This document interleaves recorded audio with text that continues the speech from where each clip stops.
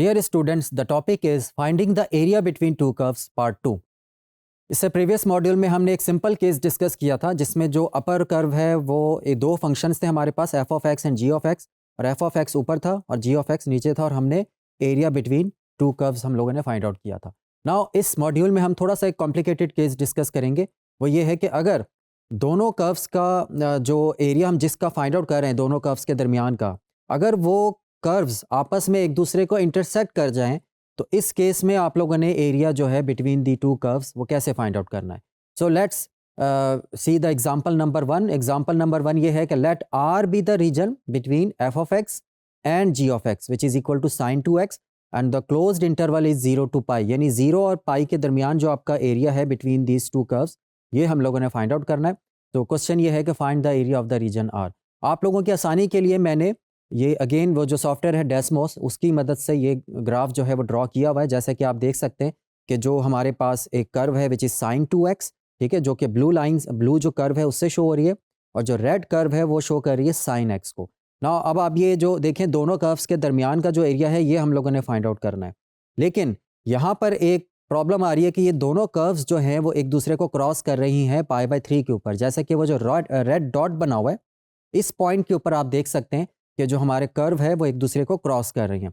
तो इस पॉइंट से पहले वाला जो हमारा रीजन है उसको मैंने ग्रीन कलर किया हुआ है, और उस पॉइंट के बाद यानी पॉइंट ऑफ इंटरसेक्शन के राइट साइड पे जो एरिया बिटवीन कर्व है उसको हमने ब्लू शेड किया हुआ है। तो ऐसे केसेस में हम लोगों ने क्या करना है कि पॉइंट जो इंटरसेक्शन पॉइंट होगा यानी दोनों कर्व्स जो कि π/3 है जहां पर वो इंटरसेक्ट कर रही होंगी, हमने क्या करना है, हमने अपना जो गिवन इंटरवल है उस पॉइंट पर ब्रेक कर देना है। क्योंकि π/3 जो है वो 0 और पाई के दरमियान आता है। तो जब आप डेफिनेट इंटीग्रल फाइंड आउट करेंगे from 0 to pi area find out करने के लिए, तो आपने वो जो डेफिनेट इंटीग्रल की एक प्रॉपर्टी है कि definite integral from a to b is equal to definite integral a to c plus definite integral c to b। तो उस प्रॉपर्टी को यूज़ करके आपने इस डेफिनेट इंटीग्रल को ब्रेक करना है π/3 के ऊपर। यानी यहाँ पर आपका जो स्मॉल सी है वो लेट्स से π/3 है। तो आपका जो डेफिनेट इंटीग्रल होगा फ्रॉम a to b, जाहिर है वो हम कैलकुलेट करेंगे 0 से लेकर पाई जो कि हमारा गिवन इंटरवल है। लेकिन π/3 क्योंकि पॉइंट ऑफ इंटरसेक्शन है तो π/3 पे हमने इसको ब्रेक कर लिया। तो 0 से π/3 sign 2x minus sign x। अब यहाँ पर देखें मैंने sign 2x minus sign x लिखा है। क्यों लिखा है? क्योंकि 0 से लेकर π/3 में आप देखेंगे कि जो अपर कर्व है वो साइन 2x है और लोअर कर्व आप देख सकते हैं साइन x है। प्लस के बाद π/3 पाई। अब यहाँ पर हमने क्या किया है, जो अपर कर्व है वो साइन x लिखा माइनस साइन 2x लिखा। क्यों? क्योंकि वो जो अपर है इस इंटरवल में वो साइन x आ रहा है और लोअर जो है वो साइन 2x आ रहा है। लेकिन यहाँ पर अगेन आप लोगों को मतलब प्रॉब्लम में आने की ज़रूरत नहीं है या परेशान होने की ज़रूरत नहीं है। क्यों? क्योंकि अगर आप दोनों का जो है तरतीब को उलट भी देते हैं, यानी कि साइन 2x को बाद में लिख दें पहले वाले इंटरवल में और साइन x को बाद में लिख दें, तो हम देखेंगे कि जो आपका आंसर आएगा उसमें सिर्फ फ़र्क पड़ेगा नेगेटिव का। और आपने हमेशा एरिया कैसे फाइंड आउट करना है, by taking the absolute value, यानी एरिया इज़ ऑलवेज पॉजिटिव। तो हमने क्या करना है यहाँ पर, अब दोनों इंटीग्रल्स को अलग-अलग हम सॉल्व करेंगे। दोनों इंटीग्रल्स को जब अलग-अलग सॉल्व करेंगे और उनका जो आंसर आएगा वो दोनों का सम होगा। So let's do the part 1 which is 0 to π/3 sin 2x minus sin x dx। अब sin 2x को जब आप इंटीग्रेट करेंगे यानी एंटी डेरिवेटिव फाइंड आउट करेंगे तो इसका आंसर आएगा minus cos 2x divided by 2, और sin x का जो एंटी डेरिवेटिव होता है वो माइनस cos x है तो ये आ जाएगा प्लस cos x। और लिमिट्स आपने फाइंड आउट करनी है 0 से π/3। अब π/3 को आप x की जगह सब्सटीट्यूट करें by using the fundamental theorem of calculus, तो ये आ जाएगा 2 π/3 डिवाइडेड बाय 2 प्लस cos π/3। ठीक है, ये फर्स्ट पार्ट आ गया।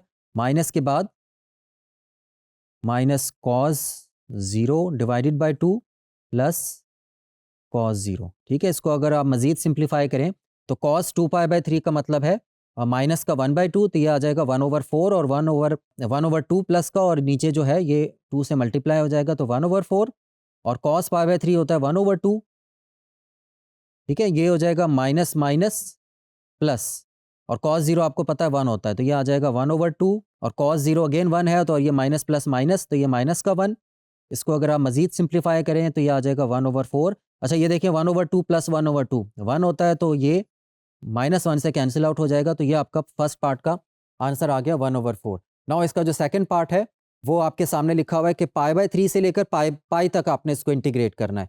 अगेन इसमें अपर कर्व था आपका sin x minus sine 2x। Now इसको अगर आप इंटीग्रेट करेंगे तो ये आ जाएगा आपका माइनस का cos x plus cos 2x divided by 2, और इसको इंटीग्रेट करना है अपने, यानी इसकी जो लिमिट्स है वो फाइंड आउट करनी है पाई और पाई/3 के ऊपर। तो ये आ जाएगा माइनस का cos pi plus cos 2 pi divided by 2, ठीक है।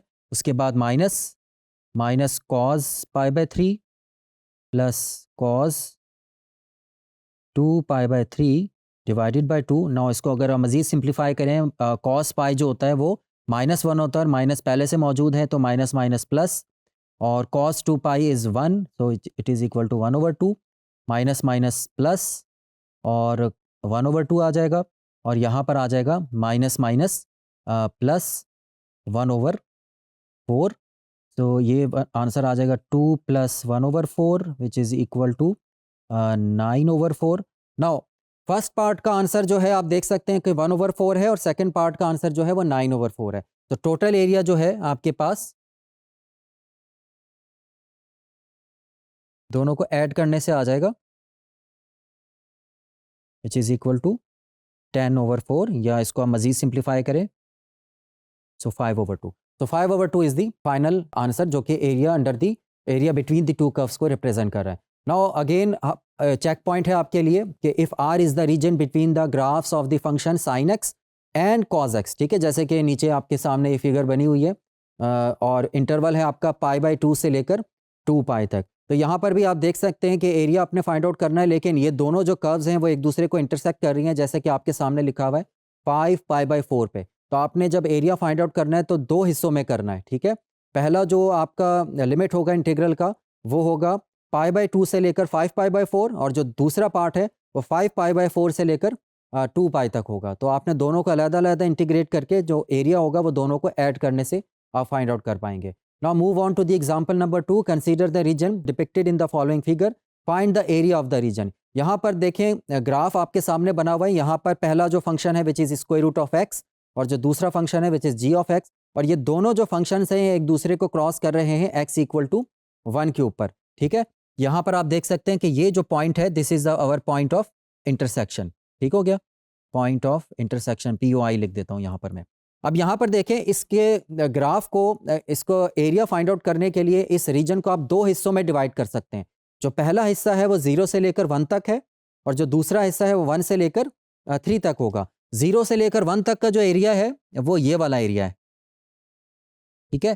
पहले हम ये वाला एरिया फाइंड आउट करेंगे, उसके बाद सेकेंड एरिया हम ये वाला फाइंड आउट करेंगे। तो चलें इसको हम बारी बारी करते हैं। तो हमारे पास पार्ट ए जो है वो 0 से 1 हमने इसको इंटीग्रेट करना है, और 0 से 1 जो पार्ट है वो आपका देख सकते हैं कि वो जो स्क्वायर रूट ऑफ एक्स वाला पार्ट है वो है, ठीक है। तो स्क्वायर रूट ऑफ एक्स को जब आप इंटीग्रेट करेंगे 0 से 1 तो इसका आंसर आ जाएगा 2/3, और जो सेकंड पार्ट है उसमें जो अपर कर्व है वो है 3/2 माइनस x/2, और नीचे x एक्सिस है। तो जब आप इसको इंटीग्रेट करेंगे तो a2 जो है वो बराबर आएगा 1 से लेकर 3, फंक्शन है आपका 3/2 माइनस x/2। इसका again anti derivative find out करके आपने इसके लिमिट्स पुट करनी है by using the fundamental theorem, और आपका जो आंसर है वो 1 के बराबर है। नाउ अगेन एक और जो टोटल एरिया होगा हमारे पास वो दोनों को ऐड करने से आएगा which is a1 plus a2, 2/3 plus 1 which is equal to 5/3।